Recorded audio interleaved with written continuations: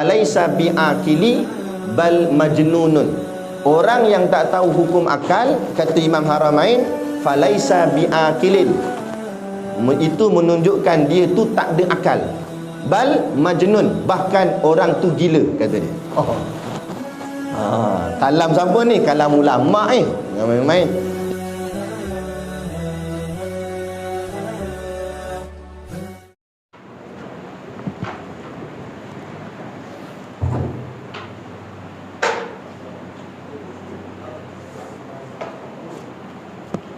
Assalamualaikum warahmatullahi wabarakatuh.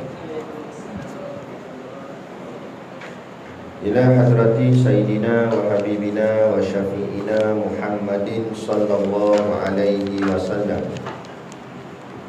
wa ila arwahi abaihi wa ikhwanihi minal anbiya'i wal mursalin, salawatullahi wa salamuhu alaihi wa alaihim ajma'in, wa ala ali kulli wa sahabati wal qarabati wa tabi'in wa tabi'it tabi'in bi ihsanin ila yaumiddin, wa ila arwahi walidina wa muallimina wa zawil huquqi alaina ajma'in, wa bil khusus al-alim al-alamah Al-Syaikh Abdul Ghani Yahya wa Syaikh Umar Yusuf. Syai'un lillahi lahumul Fatihah.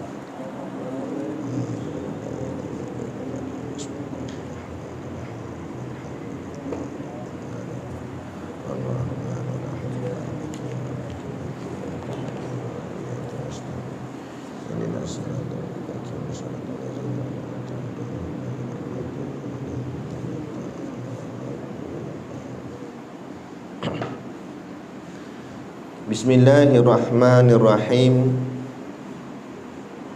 Alhamdulillahil qail, a'udzu billahi minasy syaithanir rajim. Wa ma min dabbatin fil ardi illa 'alallahi rizquha wa ya'lamu mustaqarraha wa mustawda'aha, kullun fi kitabim mubin. Sadaqallahul azim, yang bermaksud wa ma min dabbatin fil ardi illa 'alallahi rizquha, dan tiadalah sesuatu pun dari makhluk-makhluk yang bergerak di bumi melainkan Allah jualah yang menanggung rezekinya. Wa ya'lamu mustaqarraha wa mustawda'aha, dan mengetahui tempat kediamannya dan tempat ia disimpan. Kullu fi kitabim mubin, semuanya itu tersurat di dalam kitab Lauh Mahfuz yang nyata kepada malaikat-malaikat yang berkenaan. Surah Hud, Nabi Hud alaihissalam, surah yang ke-11 pada ayat yang ke-6 daripada 123 ayat pada juzuk yang ke-12. Asyhadu an la ilaha illallah wahdahu la syarikalah, wa ashhadu anna sayyidana Muhammadan abduhu wa rasuluh. Allahumma salli wa sallim ala sayyidina Muhammad wa ala alihi wa ashabihi wa tabi'ina lahum bi ihsanin ila yaumiddin. Subhanaka la ilma lana illa ma 'allamtana innaka antal alimul hakim. Rabbi syrah li sadri wa yassir li amri wahlul 'uqdatam min lisani yafqahu qawli. Wala haula wala quwwata illa billahil aliyyil azim. Amma ba'd. An Abdillah ibn Amr ibn al-As qala sami'tu Rasulullah sallallahu alaihi wasallam yaqulu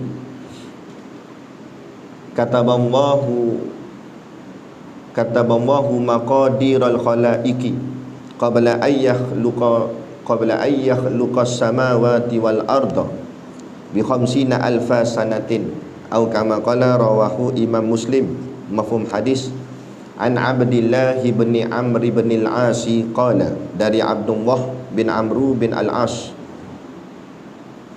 dia berkata, sami'tu Rasulullah sallallahu alaihi wasallam yaqulu, saya pernah mendengar Rasulullah sallallahu alaihi wasallam bersabda, kataballahu maqadiral khalaiqi, Allah telah menentukan takdir bagi semua makhluk qabla ay yakhluqas samawati wal arda bi khamsina alfa sanatin, 50,000 tahun sebelum Allah menciptakan langit dan bumi.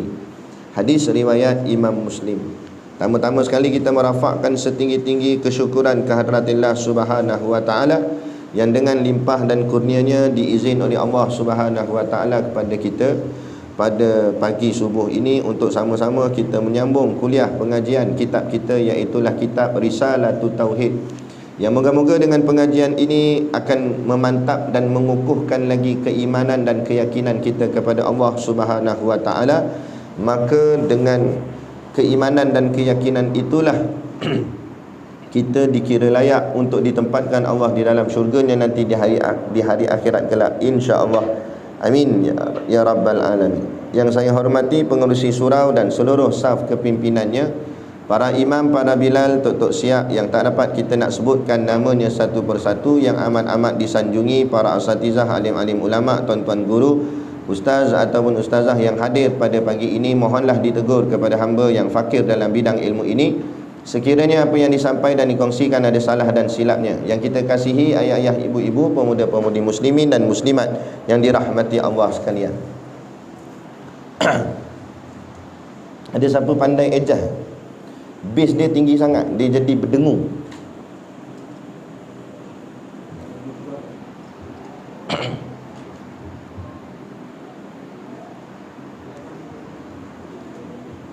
Qala al-muallifu rahimahullahu ta'ala wa nafa'ana wa iyyakum bi ulumihi fid daraini amin ya rabbal alamin. Kata pengarang kitab Risalatut Tauhid, muka surat 7, perenggan bawah sekali. Qala al-muallifu rahimahullahu ta'ala wa nafa'ana wa iyyakum bi ulumihi fid daraini amin ya rabbal alamin. Kata pengarang kitab, pengertian hukum akal. Hukum akal itu ialah menetapkan suatu perkara kepada suatu perkara yang lain, atau menafikan suatu perkara daripada perkara yang lain dengan tidak berkehendak kepada dicoba pada menetapkan sesuatu perkara itu. Bersalahan hukum adi yang yakni adat dan tidak tergantung kepada suatu perbuatan yang diperbuat oleh mukallaf. Bersalahan hukum syar'i. Baik. Ni kita nak membicarakan tentang apa yang dimaksudkan dengan hukum akal. Apa yang dimaksudkan dengan hukum akal? Ingat adik, kita dah bicara dah sebelum ni. Tentang hukum dalam Islam tu ada 3. Ada yang disebut hukum akal, ada disebut hukum syarak, ada juga disebut sebagai hukum adat. Hukum terbahagi kepada 3, iaitu hukum syarak, hukum adat dan hukum akal. Makna hukum tu apa dia? Makna hukum ialah isbatu amrin li amrin au nafyuhu anhu. Menetapkan sesuatu perkara atau menafikan sesuatu perkara. Bila ada hukum, maka ada hakim. Hakim itulah yang nak menetapkan hukum. Jadi hakim di sini ada 3. Iaitulah hakim dari segi akal, hakim dari segi syarak, dan hakim dari segi adat. Maka hasil daripada ketiga hakim inilah terhasil beberapa hukum. Macam tu. Hukum ialah menetapkan suatu perkara kepada suatu perkara atau menidakkan suatu perkara kepada suatu perkara yang lain. Contoh statement, satu contoh perkataan, dia kata makhluk adalah baharu. Maknanya makhluk itu adalah sifatnya berubah-ubah. Maka kita menetapkan baharu, yakni berubah-ubah itu kepada makhluk. Itulah yang dikatakan hukum. Kita menetapkan makhluk itu sifatnya berubah-ubah. Menetapkan tu dipanggil hukum. Tu dipanggil hukum. Contoh lagi, dia kata makhluk adalah bukan qadim. Maksud bukan qadim artinya tidak ada permulaan. Makhluk tak ada permulaan.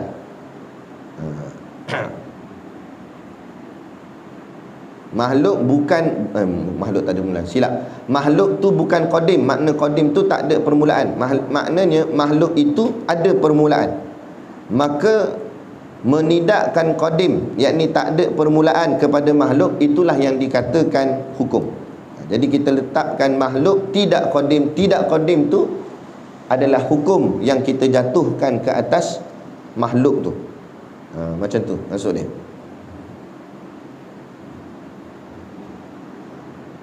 Oleh kerana hukum ialah menetapkan atau menafikan sesuatu perkara, maka hakim yang menentukan hukum boleh jadi syariat atau adat atau akal. Sebab itulah hukum terbahagi kepada tiga, iaitu hukum syarak, hukum adat dan hukum akal. Kita dah terang dah ni, tapi kita ulang sekali lagi bagi betul-betul kemah faham. Baik. Dia kata sini hukum akal itu ialah menetapkan suatu perkara kepada suatu perkara yang lain, atau menafikan suatu perkara daripada perkara yang lain dengan tidak berkehendak kepada dicoba pada menetapkan suatu perkara itu. Hukum akal, kita tetapkan suatu benda, kita tetapkan dia, kita kata apa kat dia, kata wajib ke, kata mustahil ke, atau kata harus pada sesuatu benda tu. Ataupun kita menafikan. Menafikan ni maknanya mustahil lah, ataupun boleh menerima dan tidak boleh menerima, iaitu hukumnya harus. Tetapi dengan syarat hukum akal itu tidak dengan jalan kita cuba-cuba dia, bukan kita test dia. Kalau test itu namanya hukum adi. Dia kata bersalahan hukum adi, yakni adat. Itu hukum adat. Hukum adat ni ketetapan hukum yang diperolehi melalui percobaan dan kebiasaan. Itu hukum adat. Hukum adat ni terhasil daripada satu perkara yang kita cuba dia, kita test dia, ataupun perkara tu menjadi satu bentuk kebiasaan, dipanggil adat kebiasaan. Contoh, kita kata api membakar. Kita hukumkan api tu membakar. Sebab apa? Memang kita test api ni dia membakar. Kita letak apa pun dia jadi bakar benda tu. Letak kertas terbakar kertas, kan? Letak apa pun jadi terbakar. Jadi kita hukum api membakar. Itu panggil hukum adat. Ataupun kita kata makanan mengenyangkan. Kita hukumkan makanan itu sifatnya mengenyangkan. Maka sebab apa kita kata begitu? Sebab memang kita cuba dah. Bila makan je kenyang. Bila makan je kenyang. Kalau makan tak kenyang, naya. Aduh, ada membela pun. Tak kenyang-kenyang makan. Kan? Itu panggil hukum adat. Macam kita buat sebelum ni lah. Dia tambatan 4. Ada tiada, tiada ada, tiada tiada. Ada makan, ada kenyang. Ada makan, tiada lapar. Tiada makan, ada lapar. Tiada makan, tiada kenyang. Itu dipanggil hukum adat. Tetapi kena ingat, kadang-kadang boleh berlaku yang disebut sebagai perkara mencari adat, 1 dalam 1000. Sekali-sekala dalam 1000 kejadian, ada sekali kadang-kadang berlaku perkara yang disebut sebagai mencari adat. Macam tadilah kita sebut api membakar, memang sifat dia, tapi boleh mencari adat. Maksud mencari adat, api tak jadi membakar, api tapi tak membakar. Macam contoh api yang membakar Nabi Ibrahim AS. Nabi Ibrahim AS tidak terbakar walau sedikit pun. Padahal api juga. Dan malah bukan sakat tak membakar, tidak memanaskan langsung Nabi Ibrahim AS. Itu dipanggil perkara mencari adat. Lepas tu kita dah hurai dah hari tu, perkara mencari adat boleh berlaku kepada semua orang mengikut makam yang berbeza-beza. Ada 5 makam. Yang pertama, berlaku kepada orang yang akan dilantik menjadi Nabi, namanya irhas. Kalau orang tu perkara mencari adat berlaku kepada Nabi dan Rasul, itu dipanggil mukjizat. Perkara mencari adat berlaku kepada orang wali-wali Allah, itu dipanggil karamah. Perkara mencari adat berlaku kepada orang awam, orang soleh, itu dipanggil ma'unah. Perkara mencari adat berlaku kepada orang munafik istidraj, perkara mencari adat berlaku kepada orang kafir namanya sihir. Semua boleh berlaku, cuma tengok pada makam dia, berbeza. Itu dipanggil hukum adi ataupun adat. Dan tidak tergantung kepada suatu perbuatan yang diperbuat oleh mukallaf. Dan juga hukum akal ni tak tergantung atas perbuatan yang diperbuat oleh mukallaf. Dia bukan hukum yang ditaklifkan. Hukum akal ni bukan hukum taklif. Taklif ni dia asal perkataan kalaf. Kalaf ni maknanya beban. Taklif ni yang dibebankan, yang hukum yang terbeban. Terbeban ke atas siapa dia? Mukallaf yang kena beban. Apa dia hukum taklif? Taklifi ada 5, iaitu wajib, sunat, harus, makruh, haram, yang kita sebut juga sebagai hukum syarak. Ni panggil hukum taklifi ataupun hukum syarak. Hukum ni beban yang terbeban di atas mukallaf. Mukallaf terpaksa tanggung, sama ada ia wajib dia kena buat, tak buat dosa. Kalau dia sunat, dia buat dapat pahala, tak buat tak dapat apa-apa. Kalau ia harus, buat tak dapat apa-apa, tak buat pun tak dapat apa-apa. Makruh, ia buat tak dapat apa-apa, meninggalkannya boleh pahala. Haram, buat dapat dosa, meninggalkannya boleh pahala. Itu dipanggil hukum taklif. Perintah Allah Ta'ala yang berkaitan dengan segala perbuatan mukallaf, berlandaskan Quran, hadis, ijma', qiyas. Ia terbahagi kepada 5, iaitu wajib, sunat, haram, makruh dan haram. Contohnya wajib solat 5 waktu sehari semalam. Contoh lagi haram mengumpat. Itu semua dipanggil hukum syarak. Adapun hukum akal, kena pandai beza. Setiap hukum syarak lain, hukum adat lain, hukum akal lain. Hukum akal, ketetapan hukum yang diperolehi melalui akal. Hukum tu kita dapat jatuhkan dia dengan menggunakan akal. Senang cerita gini, hukum syarak kita pakai syarak. Syarak maksud apa? Quran dan hadis. Rujuk Quran, rujuk hadis kata apa? Quran kata haram, haram. Hadis kata haram, haram. Quran kata wajib buat, kena buat. Itu dipanggil hukum syarak. Hukum adat, kita menggunakan adat kebiasaan. Kebiasaannya adat yang berlaku dalam kehidupan kita macam mana. Macam contoh macam tadi lah, ada makan, ada kenyang, ada api, ada membakar. Contoh gitu. Gula, manis, garam, masin. Itu semua dipanggil hukum adat. Adapun hukum akal, hukum yang dijatuhkan ke atas sesuatu dengan menggunakan akal. Dia bukan guna syarak, dia bukan guna adat, tapi dia guna akal. Itu dipanggil hukum akal. Bukan melalui hukum syarak atau hukum adat dia. Ia terbahagi kepada 3. Hukum akal ni terbahagi pada 3. Nanti kita akan tengok satu persatu. Pertamanya dipanggil wujub, yakni mesti. Yang kedua dipanggil istihalah, yakni mesti tidak mungkin atau mustahil. Dan yang ketiga jawaz, makna jawaz boleh ataupun harus. Contoh hukum akal tu, orang keluar statement, orang sebut bahawa 1 adalah setengah daripada 2. Kita hukumkan apa? Wajib. Betul lah. Mesti 1 adalah setengah daripada 2. Betul lah, 1/2 daripada 2. Tapi kalau kita kata 2/2 daripada 1, kita hukumkan apa pada akal kita? Akal kita boleh terima tak? 2 tu setengah daripada 1, tak boleh terima. Kita kata mustahil akal. Akal tak boleh terima. Faham? Contoh lagi, wajib bagi Allah Ta'ala bersifat dengan kudrah. Wajib bagi Allah Ta'ala bersifat dengan sifat berkuasa. Allah tu maha berkuasa. Kita hukumkan apa? Wajib Allah maha berkuasa. Takkan nak kata Allah tak ada kuasa? Mustahil, akal tak boleh terima. Itulah maksudnya hukum akal.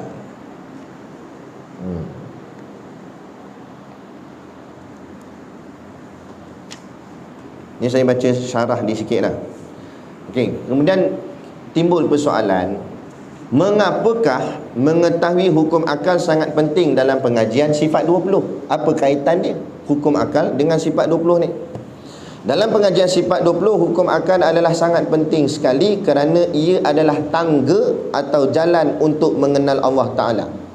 Untuk nak memahami sifat 20, dia mesti menggunakan hukum akal, baru dia akan jelas. Seperti yang telah disebutkan sebelum ini bahawa fardu ain yang pertama sekali ke atas mukallaf ialah mengenal Allah Ta'ala dengan mengenal sifat-sifatnya yang wajib, mustahil dan harus. Memang pun dalam hadis Nabi kata awaludin ma'rifatullah. Awal-awal agama itu mengenal Allah. Maksud agama di situ ialah kehidupan. Sebab makna agama tu nizamul hayah, yakni sistem hidup atau cara hidup. Jadi makna hadis tu awaludin ma'rifatullah tu maknanya awal-awal kehidupan kamu mestilah mengenal Allah. Itu fardu ain. Siapa tak mengenal Allah, hukumnya berdosa besar di sisi Allah. Ulama yang syadid pandangan dia, siapa yang tak mengenal Allah semasa hidup ni, setiap saat dia berdosa. Itu hukum yang keras lah dari kalangan ulama.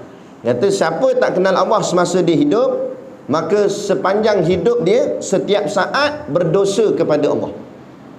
Maksud berdosa pada Allah macam mana? Makannya berdosa, minumnya berdosa, berjalannya berdosa, apa saja dia buat semua berdosa. Berapa pula tak berdosa? Memang sebab nikmat Allah diambil, tapi yang pemberi nikmat dia tak kenal. Biadab, itu nama dia.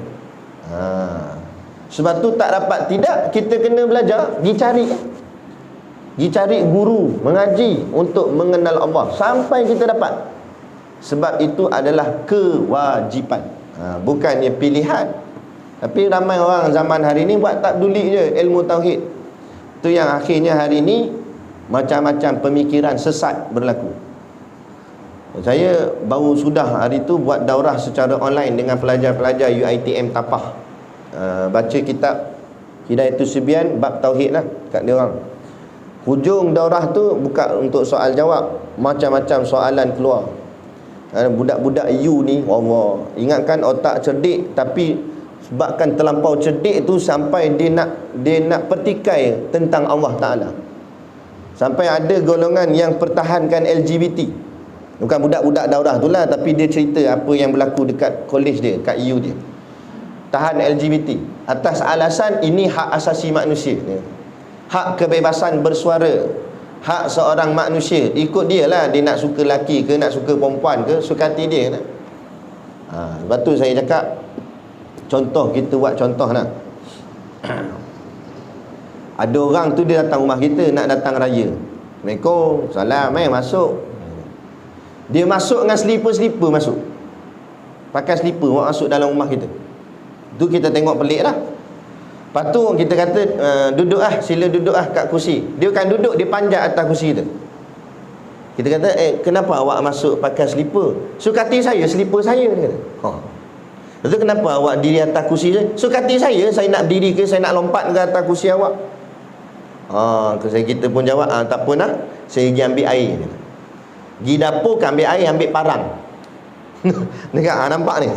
Nah, sukati saya parang aku, dia kata. Nak maksudkan apa?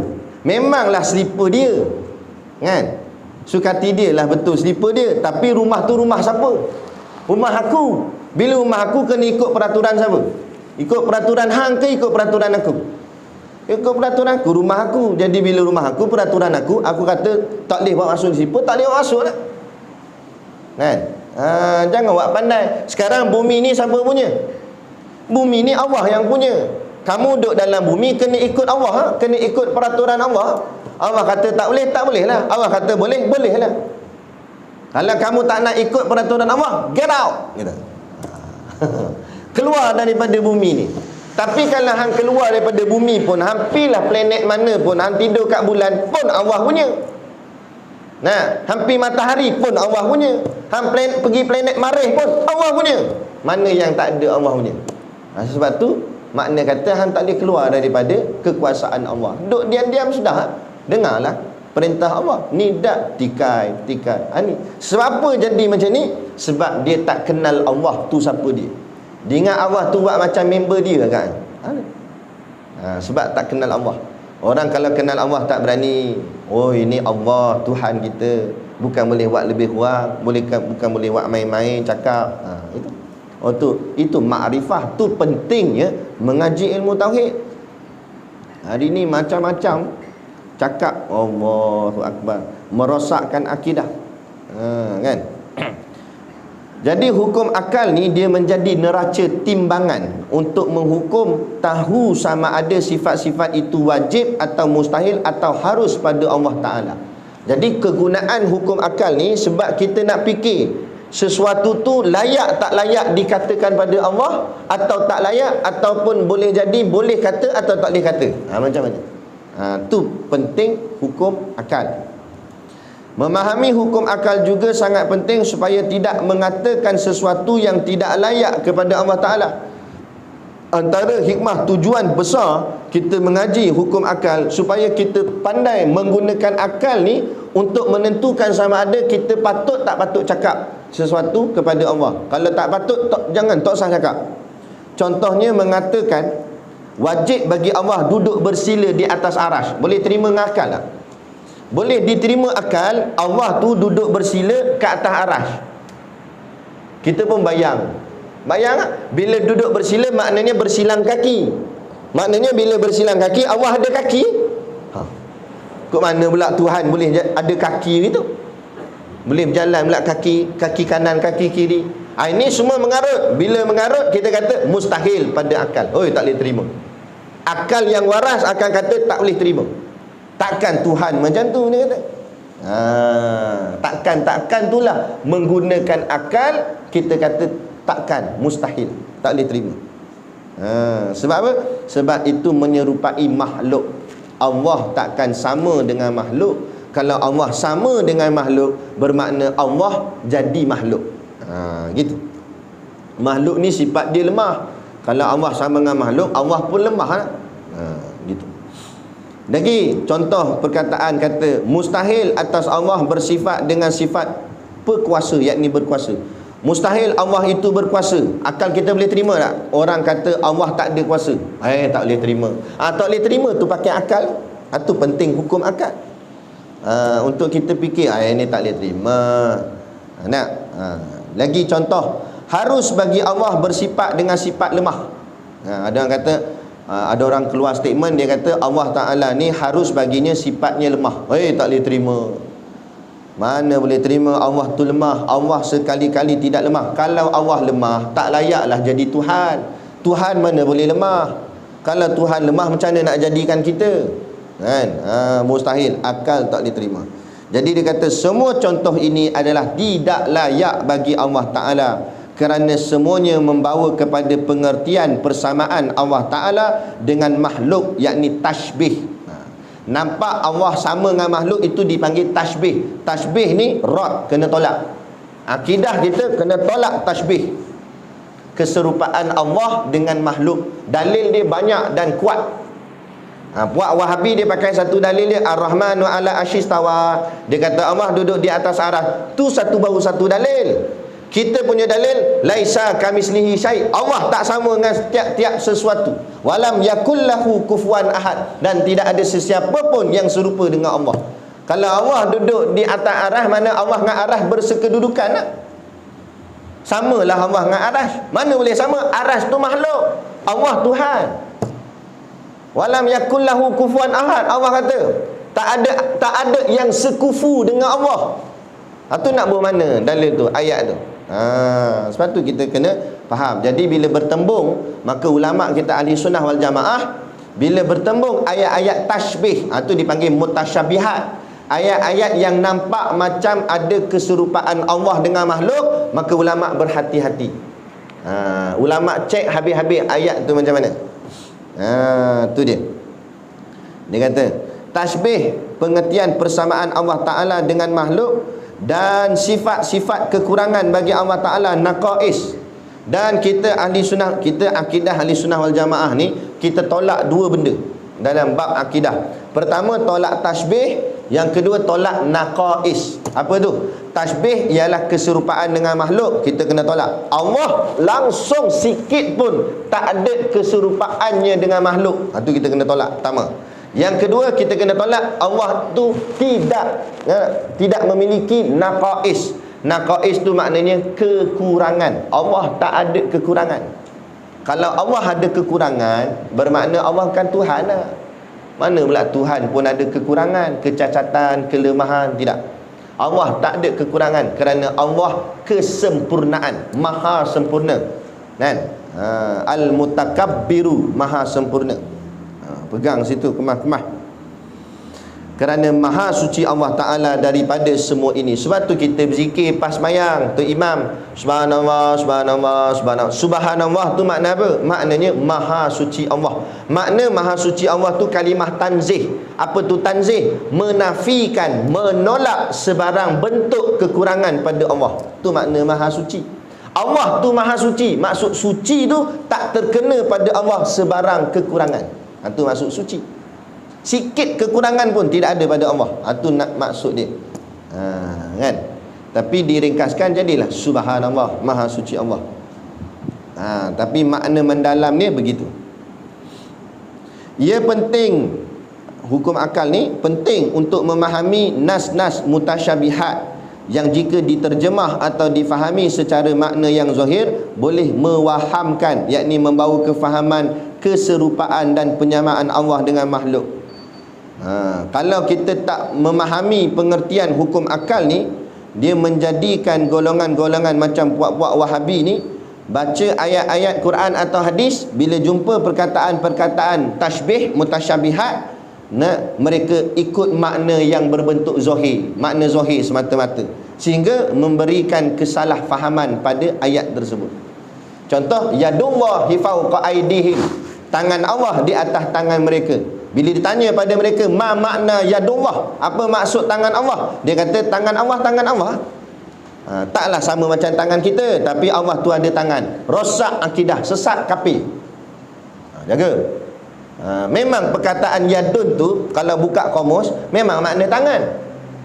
Kan? Kalau diterjemah secara zahir, itu panggil terjemahan zahir. Terjemahan zahir ni terjemahan by word, satu persatu perkataan. Satu perkataan diterjemah satu, dipanggil perkata. Terjemah perkata. Setiap satu perkataan diterjemah satu. Memang kalau diterjemah satu-satu bunyi dia macam tu. Yadun makna tangan, Allah, Allah. Fawqa makna atas, aidihim tangan mereka itu. Yadullahi fawqa aidihim, tangan Allah di atas tangan mereka. Itu kalau terjemahan bahasa satu persatu. Tapi bolehkah kita kata tangan Allah tu bererti Allah ada tangan? Kalau dikatakan Allah ada tangan, itu keserupaan tashbih dengan makhluk. Kan? Makhluk sifatnya lemah. Bila Allah sama dengan makhluk, bererti Allah lemah. Rosak akidah. Kan situ tak boleh diterima akal. Akal tak boleh terima. Maka datang ulama khalaf, ulama di zaman kita hari ini, kurun keempat dan ke atas, mereka mengambil jalan dengan mentakwilkan perkataan itu supaya tidak memberi salah faham kepada makna ayat. Maka ulama mentakwilkan yadun di situ bukan dengan makna tangan, tapi tangan di situ dengan makna kuasa. Maka bila disebut yadullahi fawqa aydihim, kuasa Allah di atas kuasa mereka. Dengan makna, kalau kamu rasa kamu lebih berkuasa, Allah lagi berkuasa atas kamu. Itu maksud dia. Jadi mudah orang pun faham, senang, elok. Itulah peranan ulama. Bukan menambahkan keliru, tapi menjelaskan kekeliruan. Itulah ulama. Ini datang, puak-puak ni datang menambahkan kekeliruan pada masyarakat awam. Kita mengaji dah lah tak tara mana, datang puak-puak ni lagi tambah pening. Macam isu bid'ah, pening kita. Selama ni kita buat elok dah, baca kunut, kita tahlil, kita wirid pas mayang. Datang puak-puak ni, semua ni bid'ah. Dia pakai satu hadis tu je, hadis lain dia tak ambil. Kullu bid'atin dalalah finnar, setiap bid'ah semua sesat, masuk neraka. Jadi baca kunut pun sesat, masuk neraka, bid'ah. Wirid pas mayang pun sesat, masuk neraka. Mampu yang gitu. Mana? Boleh terima dengan akal ke? Kita pakai akal, boleh terima akal sebab kita wirid masuk neraka. Kenapa? Beratur depan neraka Jahannam. Mana ni? Malaikat tanya. Geng Sungai Tuntung kata. Dah berapa ramai sangat ni nak masuk neraka ni? Sebab kami wirid pas mayang dengan Tok Imam. Dah. Malaikat kata, I cannot brain lah, dia kata. Pandai tak cakap orang putih. Malaikat. Nah, dia kata aku tak boleh terima dengan akal, dia kata. Memang mana boleh diterima akal. Orang tu baca wirid, zikir, sebut nama Allah, tiba-tiba masuk neraka. Boleh terima akal ke? Lain lah kalau lepas mayang kita joget ramai-ramai gini cocok dengan tu imam, siap panjat atas kipah apa semua dengan dandut apa semua. Tu logik lah kata masuk neraka. Nah, sebab benda buat benda jelek. Ini bukan benda jelek, zikir la ilaha illallah. Tu kata. Sebab tu pakai ni penting hukum akal, kita fikir dengan akal. Sebab tu hukum dalam Islam ada 3. Bukan semata-mata syarak semua. Ada yang hukum syarak kena ikut Quran hadis, ada yang kena ikut akal sama. Sebab Allah berikan kita akal. Ada yang kadang-kadang kena ikut adat. Sebab ada hukum adat. Nak pakai syarak saja kadang-kadang tak kena. Nak pakai akal saja pun kadang-kadang tak kena. Tengok pada tempat tu nak pakai hukum yang mana satu. Ada. Kalau satu benda tu sudah ada hukum syaraknya, jangan pakai hukum akal pula. Contoh dia semayang-semayang kelepon tum kentut, berombak kain pelikat, mujur tak koyak. Dia pun keluar pergi ambil uduk semula. Kawan dia datang, kawan dia masbuk lambat. Kawan dia tanya, hang buat apa ni? Aku ambil uduk Sebab apa hang ambil uduk lagi? Dah aku terkentut tadi. Lepas tu aku ambil uduk basuh muka. Apa hampir basuh muka? Hang ni cerdik sikit, pakai akal sikit. Awak nak yang kentut siapa dia? Ponggong. Dah tu hampir basuh muka apa? Lepas tu basuh ponggong kan? Oh, basuh ponggong ya? Dia pun selak kain melekat, ponyoh ponggong. Ada tu kata mazhab ponggong. Dia pakai akal. Situ tak boleh pakai akal. Situ kena pakai syarak. Sebab ada syarak dia. Ayat Quran jelas sebut, faghsilu wujuhakum, hendaklah kamu basuh muka kamu. Allah sebut jelas dah. Tu kena pakai syarak. Sebab tu ada perkara kena tengok pada tempat, pada keadaan. Sebab tu saya cakap kena faham betul-betul hukum ni. Hukum syarak, hukum adat, hukum akal. Baru kita faham elok, baru kita tahu nak pakai tang mana. Hukum syarak nak pakai kat mana, hukum akal nak pakai kat mana, hukum adat nak pakai kat mana. Tu dia. Ni nak. Oleh itu dia kata akal yang sihat akan menafikan makna yang zahir terhadap nas-nas tersebut, dan ia perlu ditakwil, diubah makna kepada makna yang layak dengan kesucian Allah daripada sama atau serupa dengan makhluk. Jadi bila bertembung ayat-ayat yang nampak macam ada keserupaan dengan makhluk, ayat-ayat yang berbentuk kekurangan kepada Allah, maka ulama mengambil jalan takwil perkataan tersebut supaya pemahaman ayat tu tidak jadi salah. Itulah peranan ulama. Bukan dia mandai-mandai. Sebab tu kita kena ikut ulama. Zaman hari ni orang dia petikai, dia kata ulama tu manusia ke macam kita, boleh jadi dia silap. Betul, kita tak nafikan boleh jadi ulama silap. Tapi takkan kalau ada 1000 ulama, 1000 silap. Sebab tu dalam bab hukum berkaitan dengan ulama, kita akan ambil yang paling ijma'. Apa maksud ijma'? Itu selalu disebut ini ijma' ulama. Makna ijma' yang paling ramai sepakat, majoriti. Mana kalau daripada 1000 ulama, 900 kata boleh, 100 je kata tak boleh. Nak ikut mana? Ikut 900. Sebab dia ramai. Ulama bukan seorang. Kan? Kalau ada Nabi tak apa, seorang pun cukup dah. Nabi Muhammad ada lagi zaman kita, contoh. Kan? Tak payah tanya ulama dah, tanya Nabi terus. Sebab Nabi terus dapat wahyu daripada Allah. Masalah ulama dia bukan wahyu, tapi ilham. Jadi nak kuatkan ni, dia kena ramai. Bila ramai bagi keputusan yang sama, dan keputusan tu pula dibuat bukan memandai-mandai. Dia buat kaji habis. Dia kaji habis ayat Quran, dia kaji habis hadis Nabi, sehingga kan menyebabkan keputusan dia sama dengan beberapa ulama yang lain. Maka itu menunjukkan keputusan itu keputusan yang tepat, keputusan yang betul. Macam tu.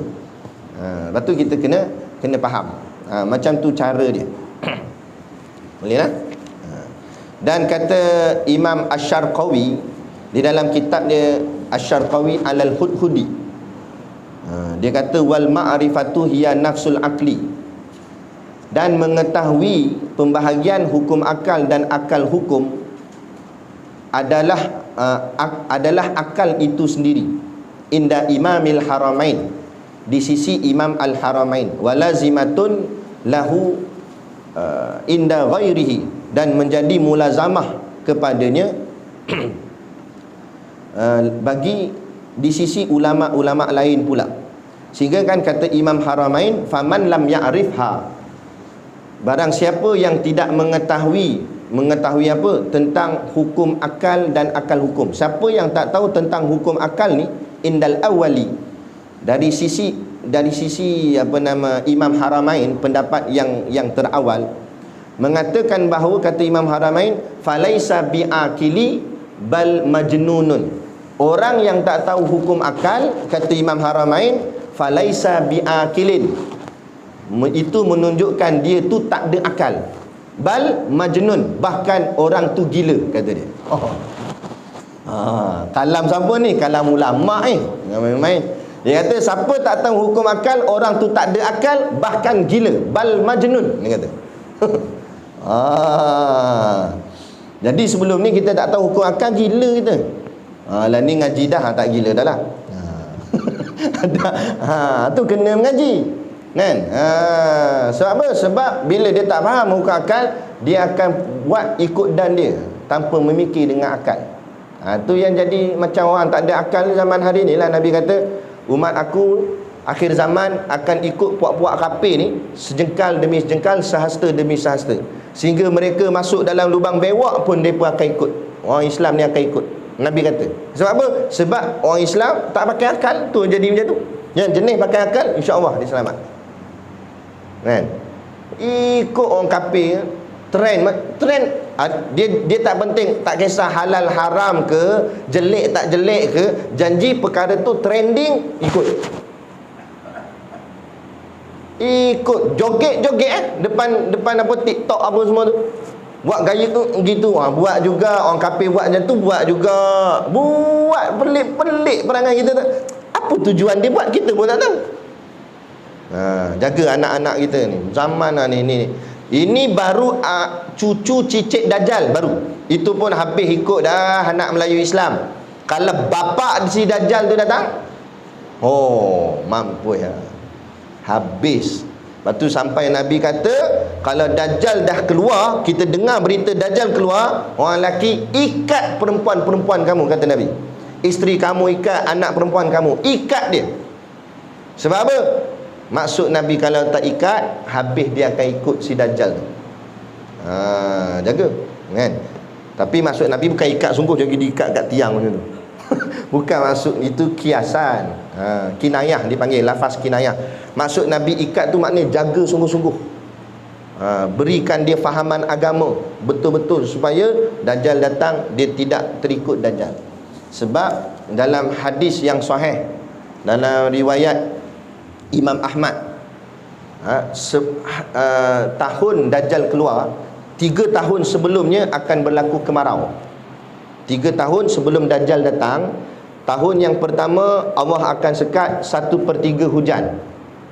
Biasanya kita ada pola hujan kita setahun berapa banyak kan. Hari tu Jabatan Meteorologi dia cek tengok, suku daripada hujan tak turun, 1/3 hujan tak turun. Itu petanda awal tahun pertama. Ni hadis kata tahun kedua 2/3 hujan tak turun. Maknanya semakin sikit je hujan, yang lain panas belaka. Tahun ketiga 3/3 hujan tak turun. Maksudnya tahun yang ketiga tu langsung tak hujan. Bayangkan kalau setahun tak hujan, macam berbulan-bulan tak hujan pun jenuh dah. Tanah ni kering, panas bahang, makanan apa tumbuh-tumbuhan pun tak boleh nak hidup. Kalau setahun tak hujan, binatang ternakan mati semua, tumbuh-tumbuhan mati. Waktu tu kering kontang. Waktu tu manusia kita akan berasa lapar. Tahun seterusnya Dajjal akan muncul. Dia akan mengisytiharkan diri dia sebagai Dajjal. Dia akan keluar. Itu satu dunia masa tu kita tahu. Sama ada dia keluar berita ke apa, kita tak tahu lah. Tapi masa tu semua satu dunia tahu tu Dajjal dah keluar. Ada tengah panas terik gitu, dengan kering kontang, tak ada air. Sahabat Nabi tanya, "Ya Rasulullah, kami di zaman hari ni pun kadang-kadang buat roti tak jadi, dia kata. Buat roti tak jadi. Kalaulah kami hidup di zaman tu, nak makan apa? Sahabat tanya kat Nabi. Nabi kata, makanan orang di zaman itu sama macam makanan para malaikat. Apa makanan para malaikat? Zikrullah, zikir. Dengan berzikir dia kenyang. Maksud zikir situ, dia tetap bertahan lapar dia ingat Allah. Dia takkan ikut Dajjal. Dan sebab nanti Dajjal akan bawa KFC dengan McD, Pizza Hut pun ada. Tengah lapar gitu dia datang, nak ayam tak? Ayam goreng. Kita tengah lapar setahun tak makan, macam seminggu tak makan pun habis dah. Kalau orang bawa makanan tak kira haram dah. Kalau seminggu tak makan, tiba-tiba kawan tu datang bawa daging, dia pun menggelupu ambil, makan-makan. Tanya, daging apa ni? Babi. Dah, kalau seminggu tak makan pun dah menggelupu. Kalau setahun, bayangkan kan, tiba-tiba dia bawa datang makan makanan pula, kan ada bau. Kalau bau KFC jangan kan, lori dia lalu pun terikut dah gitu. Ada nak ceritanya tu makna Allahu Akbar. Sebab itulah kalaulah takdir, bukan kita minta, tapi kalau takdir mati awal, baiklah mati awal. Supaya kita tak mati waktu Dajjal keluar.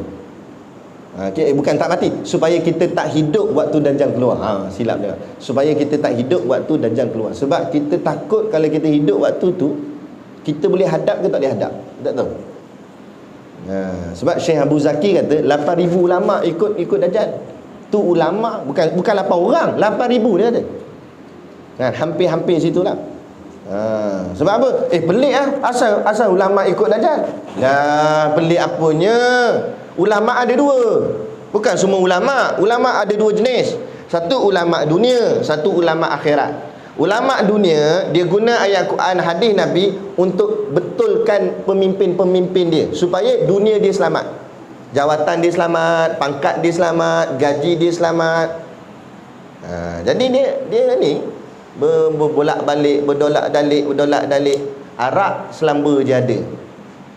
Sampai sekarang arak ada lagi, kilang arak tak ada. Ngaji macam-macam hebat, balik Mesir ada, balik macam-macam negara balik. Kitab ni berjilid-jilid kitab arak.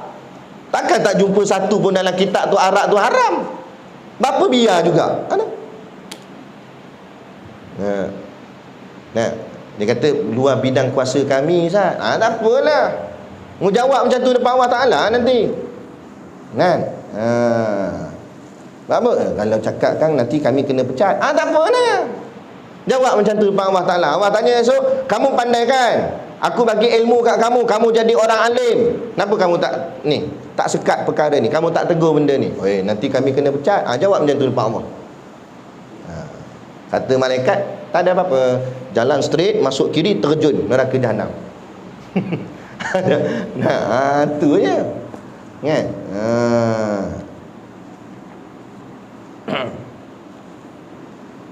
Tu baiklah, macam kita ni tak payah pegang apa-apa lah. Takut pegang nanti nak kena jawab depan Allah Ta'ala. Hari ni zaman orang sibuk nak kejar pegang jawatan. Dia ingat sonok sangat pegang jawatan tu. Kena jawab. Satu-satu Allah akan tanya. Jangan sonok saja berebut-rebut. Ketua kampung pun berebut, jadi berebut ketua kampung. Nak sangat pergi ambil lah. Kamu kena tanggung seluruh kampung kamu tu. Mana dalam ahli kampung kamu tak semayang, main judi ke apa, buat benda haram, kamu tahu, kamu tak buat tindakan, kamu jawab depan Allah Ta'ala. Tu baru tara ketua kampung. Dan kalau ketua negeri, dan kalau ketua negara, jadi agung, jadi sultan, jangan sonok saja naik kereta mewah. Jangan sonok saja pakai kod jadi Perdana Menteri. 14 negeri bawah dia. Dalam 14 negeri tu berapa bilion manusia pula bawah tu. Umat Islam berapa ramai tak semayang, joget, dedah aurat, maksiat. Siapa nak tanggung? Dia ada kuasa sebab dia pemimpin, dia boleh buat, tapi dia tak buat. Macam MB Kedah, alhamdulillah lah. Walaupun kuasa lesen judi adalah di bawah kerajaan pusat. Kerajaan pusat lulus saja lesen judi. Tapi kerajaan negeri tak boleh pegang lesen judi. Cuma kerajaan negeri boleh pegang lesen premis. Kedah dan Kelantan dah buat. Siapa-siapa nak buka premis untuk perjudian, dia sekat lesen premis. Kami tak bagi lesen premis. Mu nak juga judi, pergi judi bawah pokok. Nak buat kedai, kami tak bagi. Dia berkeras. Itu baru nama pemimpin. So kalau Allah tanya kenapa, apa kamu buat untuk sekat benda haram, kami sekat begini ya Allah. Kami sekat tak bagi premis pada dia. Boleh tahan tak? Ada tak jawapan? Ni nak jawab benda. Oh jangan. Ada. Tu. Ini semua kait dengan akal. Kita fikir hidup kita nak ke mana. Sebab tu tak salah terliur sangat dengan barang dunia. Kita sibuk dengan barang akhirat, sudahlah. Jadi kita berhenti takat ni ya. Kita sambung, akan datang muka surat 8, pengertian akal. Kuliah yang akan datang minggu satu lagi. Minggu depan Minhajul Abidin, minggu satu lagi. Pengertian akal. Nah, insya-Allah.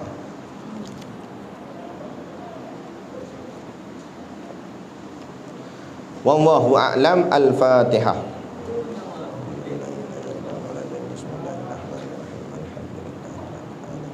Ar-Rahmanir-Rahim.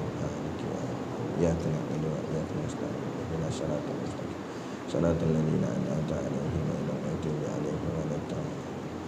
Ini pun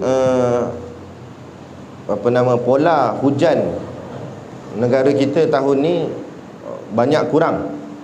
Yang terbaru dapat makluman air di kawasan sana tu, di Bukit Merah apa tu, airnya dah semakin kurang. Pagi ni ada buat satu program Tok Guru Siddiq Noh, kami pun bawa pelajar kami dengan jabatan bahagian ni lah, bahagian meteorologi ni, buat dekat pejabat dia solat istisqa, solat minta hujan. Sebab air tak ada ni. Makin kurang ni, makin kurang. Jaga bila air hujan tak turun, habis nanti makanan apa semua. Sebab itulah, tapi ni pesan Syekh Zainul Asri, pesan Ustaz Mokti, pesan Syekh Abu Zaki, beberapa ulama-ulama kita pesan. Jagalah makanan. Kalau mampu simpan apa-apa, simpan. Sebab mungkin berlaku krisis makanan akan datang. Jadi kita bersiap sedia sahaja. Selebihnya serah pada Allah. Kemudian rajin-rajinkanlah berpuasa, supaya kita melatih diri kita kurang makan. Jadi kalau kita sempat di waktu tu, zaman tu, nanti kita orang cakap apa boleh bertahan lah, insya-Allah. Gitu. Jadi itulah sedikit pesanan untuk kita bersama. Jadi cukup sekadar tu. Wabillahi taufiq wal hidayah. Assalamualaikum warahmatullahi wabarakatuh. A'udzu billahi minasyaitonir rajim. Bismillahirrahmanirrahim. Alhamdulillahirabbil alamin wassalatu wassalamu ala sayyidina Muhammadin asyrafil mursalin wa ala alihi wa sahbihi ajmain. Allahumma taqabbal minna salatana wa du'aana innaka antas samiul alim wa tub alaina innaka antat tawwabur rahim. Allahumma ja'al dinana dinan nabi Muhammadin sallallahu alaihi wasallam wa islamana islamal muslimin wa imanana imanal mu'minin wa salatana salatal khashiin wa a'malana amalas salihin wa niyatana niyatal mukhlisin wa dhunubana ya Allah dhunubal mustaghfirin wa hayatana hayatal ulama wa mautana bi mautis syuhada wa dikinal jannata ma'al anbiya'i alaihimus salatu wassalam. Rabbana atina fid dunya hasanah wa fil akhirati hasanah wa qina azabannar wa qina azabannar wa qina azabannar. Wa sallallahu ala khairi khalqihi sayyidina Muhammad wa ala alihi wa sahbihi wasallam. Subhana rabbika rabbil izzati amma yasifun wa salamun alal mursalin walhamdulillahi rabbil alamin. Amin ya rabbal alamin. Taqabbalallahu minna wa minkum. Alhamdulillah.